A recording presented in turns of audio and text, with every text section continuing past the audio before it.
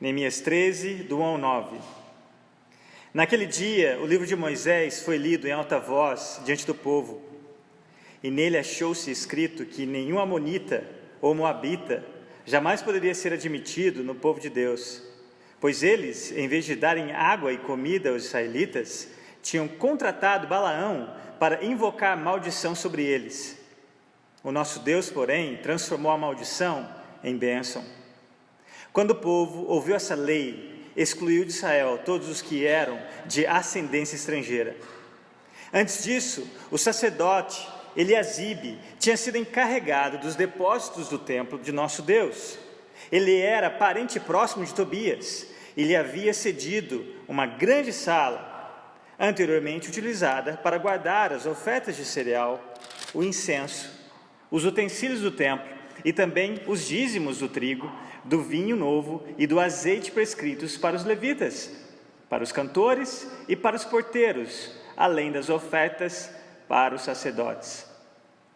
Mas, enquanto tudo isso estava acontecendo, eu não estava em Jerusalém, pois no 32º ano do reinado de Artaxerxes, rei da Babilônia, voltei ao rei. Algum tempo depois, pedi sua permissão e voltei para Jerusalém. Aqui soube do mal que Eliasibe fizera ao ceder uma sala a Tobias nos pátios do templo de Deus. Fiquei muito aborrecido e joguei todos os móveis de Tobias fora da sala. Mandei purificar as salas e coloquei de volta nelas os utensílios do templo de Deus, com as ofertas de cereal e o incenso. Amém. Até aí. Você pode se assentar.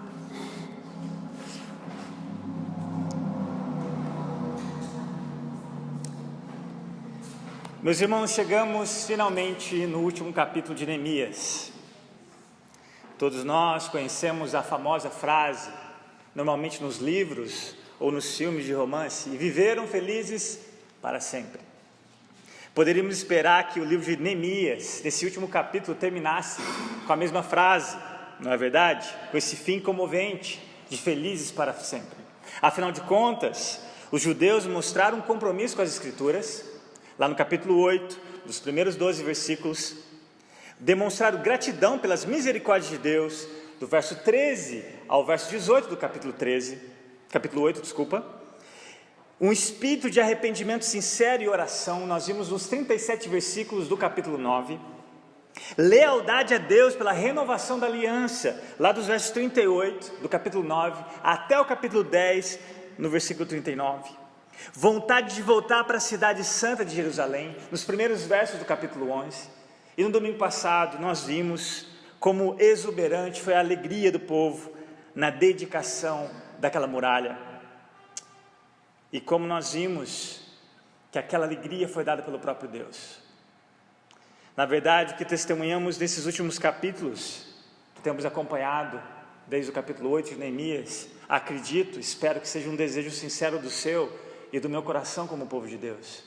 Afinal de contas, o nosso lema tem sido vivifica-nos e invocaremos o teu nome. Quando nós olhamos esse mover de Deus no povo de Deus e aquela transformação radical, sem dúvidas, é algo que nós desejamos que isso aconteça, se repita de novo na história da igreja de Jesus nos nossos dias. Porém, apesar de tudo isso que nós acompanhamos os israelitas até aqui, o capítulo 13 é extremamente realista. O último capítulo desse livro não parece nada com um final feliz. O que houve com aquele povo? Experimentaram o topo, o ápice da devoção, o ápice do quebrantamento, o ápice da adoração, o ápice da gratidão, e de repente agora nós vemos um povo esfriando na fé. O que contribuiu para que quebrassem de novo a aliança, o compromisso que eles haviam feito com aquele Deus que não quebra aliança? Um dos motivos, meus irmãos, dessa triste realidade, e que não é nada, coincidentemente falando, nos nossos dias, o verso 6 deixa claro um dos motivos. Olha comigo, versículo 6, novamente. Mas enquanto tudo isso estava acontecendo, eu não estava em Jerusalém, Pois no 32º ano do reinado de Artaxerxes, rei da Babilônia, voltei ao rei. Algum tempo depois, pedi sua permissão. Alguns comentaristas divergem quanto tempo levou para tudo isso acontecer. Todos os problemas registrados aqui no capítulo 13 que nós vamos ver. E mais uma vez Neemias vai ter que lidar com aquele problema.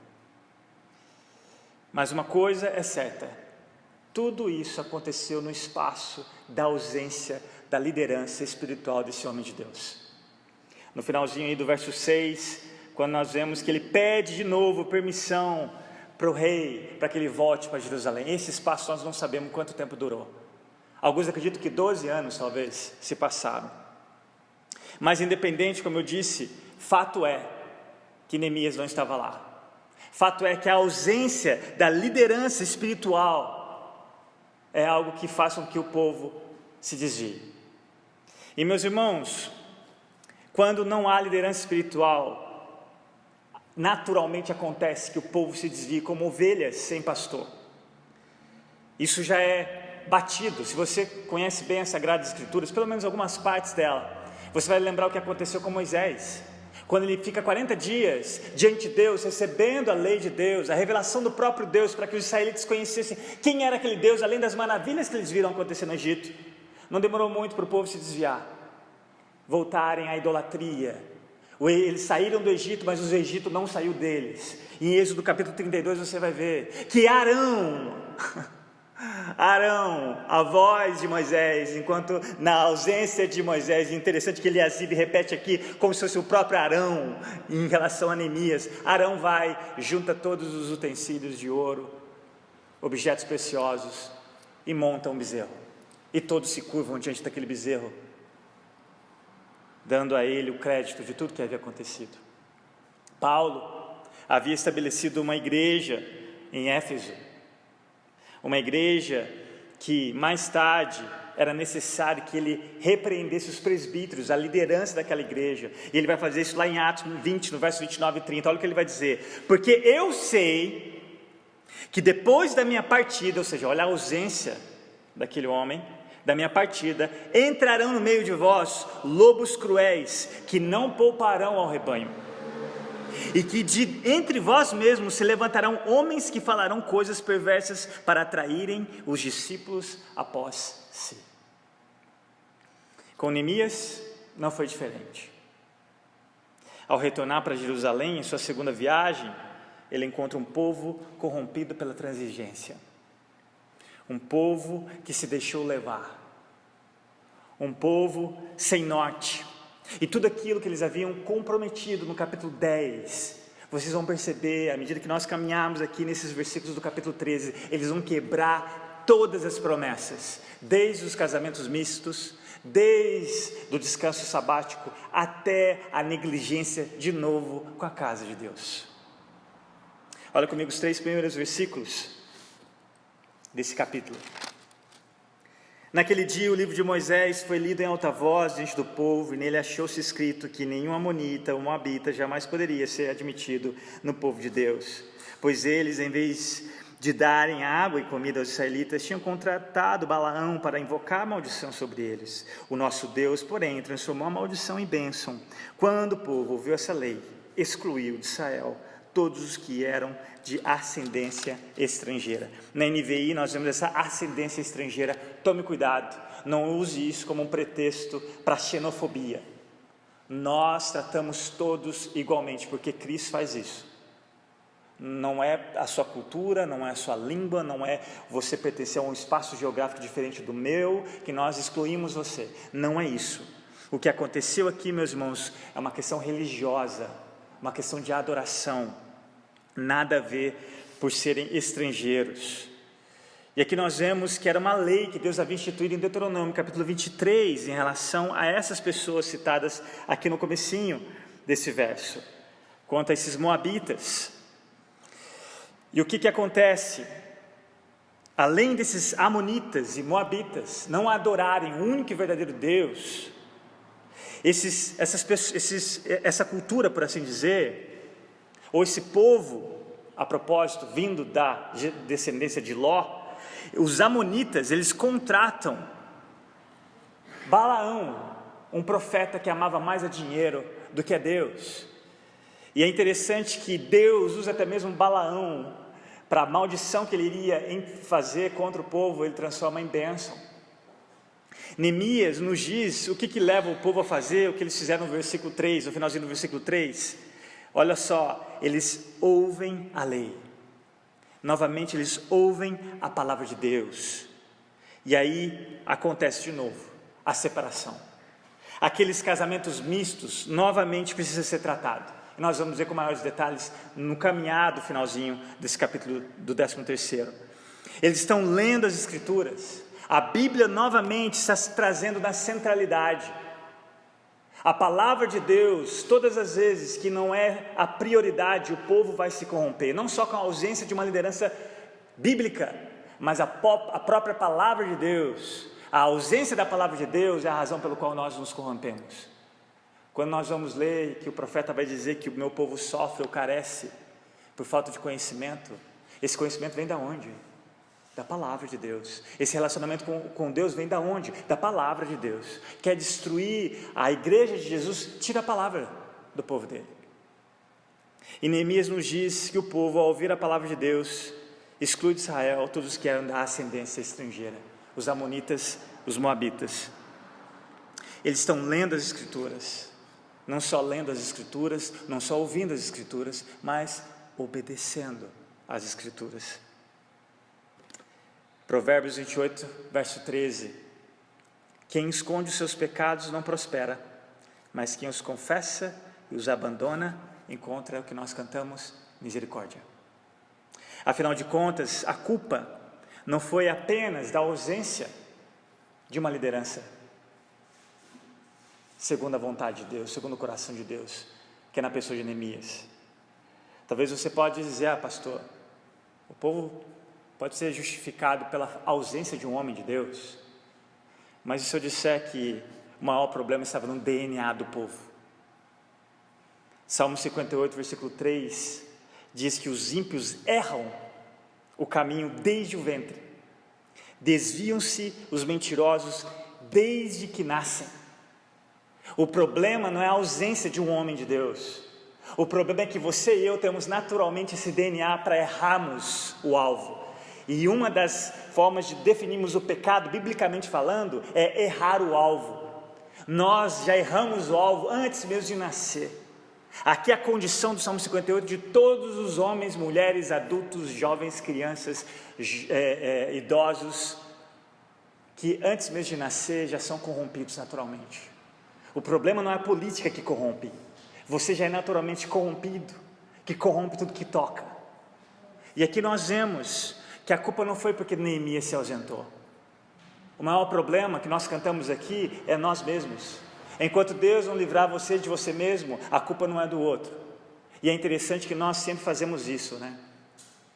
Nós deveríamos condenar nós mesmos por não sermos quem deveríamos ser, por não fazermos o que deveríamos fazer, ao invés de cobrar das pessoas que elas sejam e façam aquilo que nós somos responsáveis. E essa condição de errar antes mesmo de nascermos é a condição de todo homem. E quando eu falo homem, é a humanidade. Todo homem sem Jesus. Ao lermos a realidade dos textos sagrados, especialmente aqui nesse último capítulo, como esse texto ele é realista quanto à condição humana do homem sem Deus, e aí você pode chegar a uma questão de encorajamento ou desencorajamento. O que eu quero dizer com isso? Você pode se sentir encorajado ou desanimado ao ler uma passagem como essa. Talvez você estava animado em ver como Deus agiu naquele povo, eles se comprometerem de novo com a palavra de Deus, agora de repente nós vamos ver que eles quebraram tudo, pisaram na bola de novo. A razão do desânimo é óbvia, aqui eles estão cometendo o mesmo pecado novamente. E aqui, particularmente nesses primeiros versículos, de novo, em relação aos casamentos mistos. E como que nós podemos nos sentir encorajados diante disso? Encorajado, meus irmãos, em saber que a natureza humana sempre foi a mesma, desde a queda de Adão. E só não é pior graças à ação sobrenatural do Espírito de Deus, porque se nós estivéssemos fadados a nós mesmos, seríamos pior do que já somos. O homem só não é pior graças à ação do Espírito de Deus, retendo a maldade do coração do homem. É o que nós chamamos de depravação total. Graças a Deus que diminuiu até mesmo os anos que os homens viveriam, porque imagina um homem ímpio, nessa condição, vivendo durante anos, a quantidade de maldade que ele faria. Graças a Deus que até nisso ele interveio. Ele não nos deixou fadados a nós mesmos nessa natureza corrompida. E o motivo de encorajamento é que se eles falharam, você também está sujeito a falhar. E qual que é o motivo então de ficarmos animados em vermos um texto realista como esse? Novamente, vemos aqui a graça de Deus, a misericórdia de Deus, porque de novo, assim como ele levou Neemias da primeira vez, ele continua usando a vida daquele homem para retornar e não deixar o homem, o povo fadado ao fracasso. E meus irmãos, guarde bem isso, a pior forma de Deus condenar um pecador é quando ele faz com que a mente, o coração daquele pecador fica insensível à repreensão que só a palavra de Deus causa. Você quer ver a pior forma? Romanos capítulo 1, você pode checar. A pior forma de Deus lidar com um pecador é quando ele continua vindo à igreja, é quando ele continua ouvindo a palavra, ou é talvez até ora, mas ele continua insensível quando a palavra quer trazer quebrantamento, quando a palavra incomoda. Às vezes eu fico quieto, até incomodado quando alguém fala para mim assim: pastor, eu quero ir numa igreja onde eu me sinto bem. Meus irmãos, sem dúvidas, você tem que se sentir bem, bem-vindo, amado. Mas se alguém fala para mim: pastor, eu posso ir na sua igreja para se sentir bem? Eu falo assim: olha, lá você vai ser ofendido, semana após semana. Ao mesmo tempo que você vai ser ferido, ofendido, você vai experimentar da graça e da condição de ser e fazer o que Deus quer que você seja e faça. Você vai ficar ofendido, você vai, porque a palavra de Deus faz isso, não é eu. Não tenho nada contra vocês, nada, pelo contrário, a única coisa que eu devo a vocês é amor. E se eu não amá-los o suficiente para pregar a verdade, domingo após domingo, quarta após domingo, eu vou ser cobrado do sangue de cada um de vocês. E eu já falei isso para Sara, eu já falei isso para Vânia, eu já falei isso para Samuel. Eles são os primeiros que Deus vai me pedir conta. Meus irmãos, não procure uma igreja que você vai se sentir bem nesse sentido. Se a palavra de Deus está massageando o seu ego, se a palavra de Deus de alguma forma está sendo pregada, distorcida, fazendo com que você é o melhor crente do mundo, cuidado, cuidado. Esse é um espírito de Balaão, não o Espírito Santo.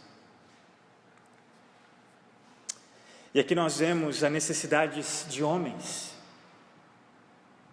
mulheres, que amam a palavra de Deus e que a preguem, doa a quem doer. Afinal de contas, todo homem de Deus, ele não vai estar nem aí com o que as pessoas pensam a respeito dele. Ele só quer agradar uma só pessoa. Existe um louvor muito bonito que diz assim que nós vivemos diante de num palco, em uma plateia de uma pessoa só.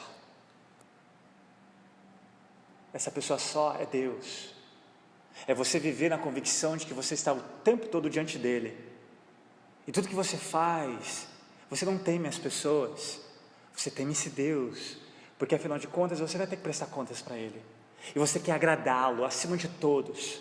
Como Tozer muito bem disse, o seu primeiro e maior problema, o meu primeiro e maior problema é querer agradar todo mundo, esquecendo de agradar a única pessoa que realmente vale a pena, que é Deus. Se você não escolhe andar com pessoas assim, você está escolhendo mal suas companhias. Muito mal suas companhias. E aqui nós vemos também a importância de outras pessoas, a importância da igreja. É por isso que cristãos, que se dizem cristãos desengrejados, é um oxímoro, é uma contradição. Não existe um cristão sem igreja. Hebreus capítulo 3, versículo 13, pelo contrário, encorajem-se uns aos outros todos os dias, durante o tempo que se chama hoje, de modo que nenhum de vocês seja endurecido pelo engano do pecado. Em outra versão, advirtam uns aos outros todos os dias, enquanto ainda é hoje, porque nenhum de vocês seja enganado pelo pecado e fique endurecido. Então, meus irmãos, é por isso que a gente precisa da igreja. É por isso que nós precisamos nos reunir constantemente, seja online, seja presencial, seja nas informalidades das confraternizações. Nós precisamos de gente. Quinta-feira passada, falando com as adolescentes, nenhuma pessoa é uma ilha. Nós precisamos de relacionamentos. Nós precisamos de pessoas que nos amam o suficiente para dizer a verdade, mesmo que doa. E você precisa amar alguém verdadeiramente a ponto de dizer para ela a verdade, especialmente se ela está caminhando para caminhos de morte e você não faz nada, e você é responsável por isso. E Deus continua a nos convencer, a mostrar a sua bondade. E aqui, de novo, através da leitura da palavra, Ele quebranta aquele povo. Ele traz de novo o povo no caminho que eles haviam desviado. Mas, como eu disse, a culpa não era de Neemias pela ausência, mas existe alguém culpado aqui. E olha comigo do versículo 4, para piorar a situação. Verso 4, o que eu mencionei a respeito de Arão. Antes disso, o sacerdote Eliasibe tinha sido encarregado dos depósitos do templo de nosso Deus. Ele era parente próximo de Tobias. Versículo 5 continua. E ele lhe havia cedido uma grande sala, anteriormente utilizada para guardar as ofertas de cereal, o incenso, os utensílios do templo e também os dízimos do trigo, do vinho novo e do azeite prescritos para os levitas, para os cantores e para os porteiros, além das ofertas para os sacerdotes. Eliasibe. Quem é Eliasibe? Vocês estão lembrados? No capítulo 3, lá no comecinho, versículo 1, Eliasibe estava engajado com todo mundo, reedificando aquela muralha, pedra sobre pedra. Eliasibe era o sumo sacerdote, o sumo sacerdote, o mesmo que acompanhou de perto o governo de Neemias. Na ausência de Neemias, Eliasibe filia-se a Tobias, o antigo inimigo de Neemias e do povo. O texto nos informa que ele era parente próximo de Tobias. E para piorar, mais tarde, você vai checar isso lá no versículo 28, que ele dá uma das suas filhas a quem? A Sambalate. Pronto, fechou o ciclo. Sambalate, aquele famoso aronita que nós vimos, como Tobias e Sambalate, causaram grandes transtornos, não só para Neemias, mas tentando o tempo todo desencorajar o povo daquela missão, incumbida pelo próprio Deus. O que fez Eliasibe? Nos versos 5, nós vemos aí dessa grande sala. Ele coloca o inimigo de Deus dentro da casa de Deus. E ele tira os suprimentos, que era para fazer com que os levitas, os sacerdotes servissem o templo, coloca do lado de fora e coloca o inimigo de Deus dentro das quatro paredes. Nós somos informados de que Eliasibe dera a Tobias quartos. Essa grande sala também, em outras versões, você vai ver quartos, utilizados exatamente para guardar os dízimos, as ofertas. O que você faria se fosse Neemias? Qual seria a sua reação? Neemias volta a Jerusalém e descobre tudo. E ele não perde o menor tempo para corrigir aquele problema. Olha a reação dele nos versos 7 e 9. E voltei para Jerusalém. Aqui soube do mal que Eliasibe fizera ao ceder uma sala a Tobias nos pátios do templo de Deus. Fiquei muito aborrecido e joguei todos os móveis de Tobias fora da sala. Versículo 9. Mandei purificar as salas e coloquei de volta nelas os utensílios do templo de Deus, com as ofertas de cereal e o incenso. O zelo de Neemias, pela glória de Deus, um zelo que nós temos visto desde o primeiro capítulo, consome esse homem, e o que ele faz? Só um detalhe, alguns acreditam que Neemias já tem mais de 60 anos, talvez 65, talvez ao voltar para Jerusalém, Neemias poderia ter pensado, como você e eu poderíamos ter pensado, já estou velho, já está na hora de aposentar, de pendurar as chuteiras ministerialmente falando, não é mais meu problema, eu já fiz a minha parte. Mas não, Neemias continua, mesmo idoso, não esfriou na fé, continua zeloso. É por isso que eu costumo dizer, se hoje você não ama mais a Jesus, se hoje você não é mais parecido com Jesus do que 10 anos atrás, alguma coisa está errada com a sua santificação. Talvez você pode ficar mais chato, talvez mais ranzinza, mas de alguma forma, alguma coisa vai ter melhorado no seu caráter, quanto ao fruto do Espírito Santo sendo manifestado em você. Neemias aqui é um exemplo disso. Ele continua zeloso, ele pega as coisas daquele homem e joga no olho da rua, literalmente falando. E ele não só faz isso, ele purifica e coloca de volta aquilo que nunca deveria ter saído de lá. No início do versículo 8, na versão que eu li, fiquei muito aborrecido, você vai ver em outras versões, fiquei extremamente indignado. Neemias estava com raiva, irado. Nós já vimos antes que não é pecado ficarmos com raiva, ficarmos irados, certo? Mas o risco de pecarmos com o que nós vamos fazer com esse sentimento, isso é uma outra questão. Podemos estar errados se não fizermos nada além de ficarmos irados, certo? A ira justa, do tipo aprovado por Deus, sempre age para corrigir a injustiça. Como bem disse nosso saudoso Martin Luther King Jr., o problema não é o mal, mas é o problema quando as pessoas de bem não fazem nada em relação a esse mal. O zelo pela casa de Deus estava consumindo Neemias, exatamente como fez com Jesus em João no capítulo 2. Jesus, mais tarde, a ira de Jesus diante daquela degeneração espiritual do povo de Israel, de novo mais tarde, eles cometem o mesmo erro, eles falham da mesma forma, fazendo da casa de Deus uma casa que era para ser de oração, um comércio. Mas Jesus não deixa passar batido. Neemias purifica o templo, coloca as coisas em ordem, e eu começo a caminhar para a conclusão dessa mensagem, de maneira muito prática. Eu não sei o que é pior, se quando erramos no uso da nossa ira, ou sermos covardes diante da injustiça, especialmente quando é contra a santidade do nome de Deus e tudo que isso representa. John White escreveu com maestria a esse respeito, especialmente quanto à disciplina na igreja. Quando nós vemos alguma coisa acontecer na vida de um irmão e a liderança simplesmente não faz nada, ou até mesmo compactua com o erro. Olha o que ele escreveu, abre aspas: no trabalho cristão, a covardia para evitar o desagrado está causando hoje mais danos que qualquer outra dificuldade ocasionada pela irritabilidade dos líderes cristãos.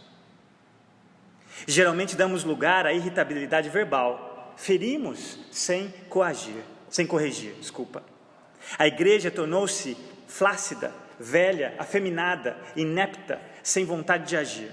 A disciplina deve ser reconciliatória e amorosa, mas deve ocorrer. E no geral, não ocorre. Quem somos nós que toleramos todo tipo de mal em nosso meio para criticar um dos raros líderes que não hesita em agir quando a integridade do templo de Deus está em questão? Fecha aspas. Neemias começou bem e terminou bem. Diferente de Eliasibe, porque Neemias sabia que tudo o que ele seria ou faria dependia do que a Grazi falou. do nosso compromisso com a oração. Quando você anda com Deus, quando você permanece na dependência de Deus, não é antídoto para você não cair, porque cair é seu, o cair é meu, mas o levantar é pela graça de Deus, desde que você jamais perca a sua dependência dessa graça de Deus. Observe comigo a diferença de Eliasibe e Neemias. Olha o versículo 14, eu não li, mas olha comigo o versículo 14. Lembra-te de mim, por isso, meu Deus, e não te esqueças do que fiz com tanta fidelidade pelo templo de meu Deus e pelo seu culto. Olha o final do verso 22 comigo. Lembre-te de mim também por isso, ó meu Deus, e tem misericórdia de mim conforme o teu grande amor. E olha comigo os sinais, as últimas palavras desse capítulo. Em tua bondade lembra-te de mim, ó meu Deus. Neemias não era melhor do que Eliasibe. Neemias não era melhor do que o seu Nadir. Neemias era simplesmente alvo da graça, mas não só isso, ele sabia que jamais ele poderia caminhar, ou até mesmo cair, longe dessa graça. Você, o seu termômetro espiritual é medido na maneira com que você lida quanto a essa disciplina da oração. Nós estamos aprendendo na escola bíblica dominical, nas manhãs, acerca dos meios de graça. A oração, a leitura da palavra, os sacramentos. Você pode estar correndo grande desgraça se não tem feito uso comum dos meios de graça, especialmente quanto à oração. E cá entre nós, o único ser humano perfeito que jamais pecou foi o único que nos deu perfeito modelo de oração. Ninguém orou como Jesus. Neemias está nem na sombra de quem Jesus foi como oração. Nem mesmo Martinho Lutero, que orava 3 vezes diariamente, e quanto mais trabalho ele tinha, mais ele orava. E se o próprio Cristo, na sua carne, na sua humilhação, dependia do Pai, quem é você, quem é eu? O próprio Cristo, que não tinha nenhum risco de cair, dependia de Deus dessa maneira. Quem é você, quem é eu, para achar que posso sobreviver sem oração? E olha, depois a gente vai ver em detalhes a vida de oração de Neemias nesses versos, mas eu quero chamar a sua atenção para o segredo, se é que eu posso usar essa palavra, da diferença de Eliasibe e de Neemias. Encerro perguntando a vocês: como você quer terminar? Como Neemias ou como Eliasibe? E quando eu falo terminar, a sua vida, a sua carreira, eu não sei quantos anos você vai viver, eu não sei quantos anos eu vou viver, mas um dia você vai envelhecer, se Deus te der a graça de viver muitos anos. Como você quer envelhecer? Será que daqui 10 anos você vai fazer parte das estatísticas dos crentes desengrejados? Ou dos jovens, que hoje em dia uma estatística alta, de muitos cristãos, jovens que cresceram lá cristãos hoje, se desviaram? Na verdade eles nunca tiveram algo para se desviar, porque aqueles cristãos convictos, eles não desviam nem mesmo no contexto de faculdade. Ninguém pode tirar de você aquilo que Deus dá. Eu costumo dizer que só Deus transforma os filhos do diabo em filhos de Deus, mas é impossível que os filhos de Deus sejam transformados em filhos do diabo. Impossível. Ele pode esfriar, ele pode se desviar, mas ele volta para casa. Graças a Deus, ele volta para casa. E eu quero perguntar para você: como você quer terminar? Como Eliasibe ou como Neemias? Começar bem a caminhada cristã não é sinônimo que você vai terminar bem. Posso citar vários exemplos aqui. Saul começou bem e terminou mal. O rei Ezequias começou bem e terminou mal. Moisés começou mal e terminou muito bem. Começar bem a carreira, meus irmãos, não é sinônimo que nós vamos terminar bem. E eu quero encerrar com as últimas palavras de um homem que eu amo muito, John Bunyan, um puritano que eu recomendo. Depois da Bíblia, leia O Peregrino. Se você puder ler todo ano, faça isso. Spurgeon fazia. Se Spurgeon fazia, né? É um bom exemplo para nós. Leia O Peregrino. Embora essa citação não seja do Peregrino, mas olha a beleza das palavras desse homem quanto ao terminar bem. Abre aspas. Me vejo agora no término de minha viagem. Meus dias de trabalho concluíram. Vou agora ver aquela cabeça que por mim foi coroada de espinhos e aquele rosto que por mim foi cuspido. Até agora a fé tem me dirigido, porém, em diante, será aquele cuja companhia constitui minhas delícias. Tem me agradado ouvir falar de meu Senhor, e onde quer que tenho visto na terra o rastro de seus pés, ali ansiei por também o meu pé. Seu nome tem me sido mais aromático que os mais deliciosos perfumes. A sua voz mais docíssima e mais desejei a contemplar o seu rosto do que o homem pode ansiar pela luz do sol. Sua palavra tem me servido de alimento escolhido e antídoto contra meus desmaios. Me susteve e guardou de minhas iniquidades. Sim, meus passos fortaleceram em seu caminho. Fecha aspas. Começamos bem quando olhamos para Jesus como o nosso autor e consumador da nossa fé, e terminaremos bem se não tirarmos os nossos olhos dele até o dia em que ele te chamar ou testemunharmos da sua gloriosa vinda. Amém? Vamos orar?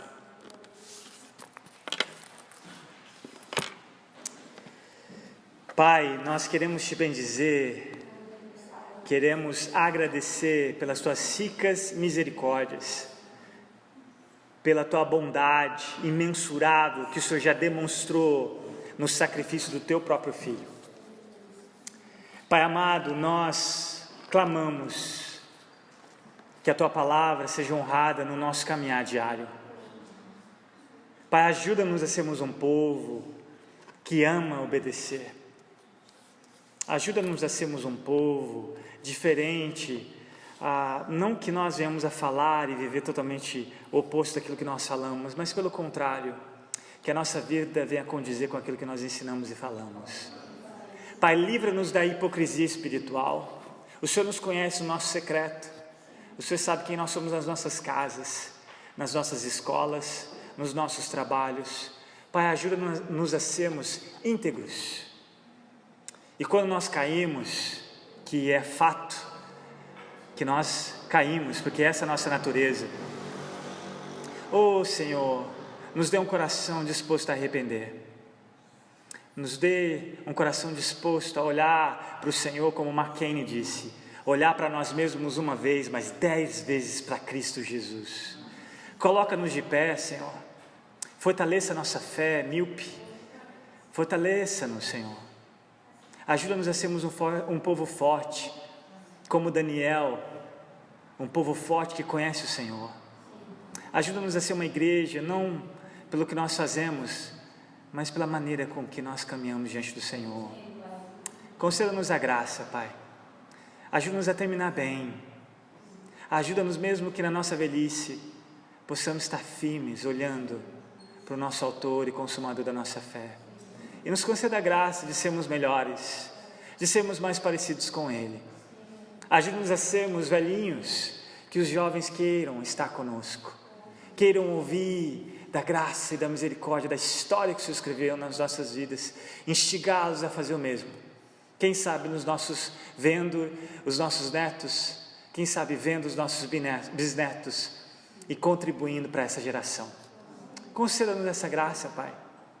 Ajuda-nos, no nome precioso de Jesus que eu te peço. Amém, Senhor.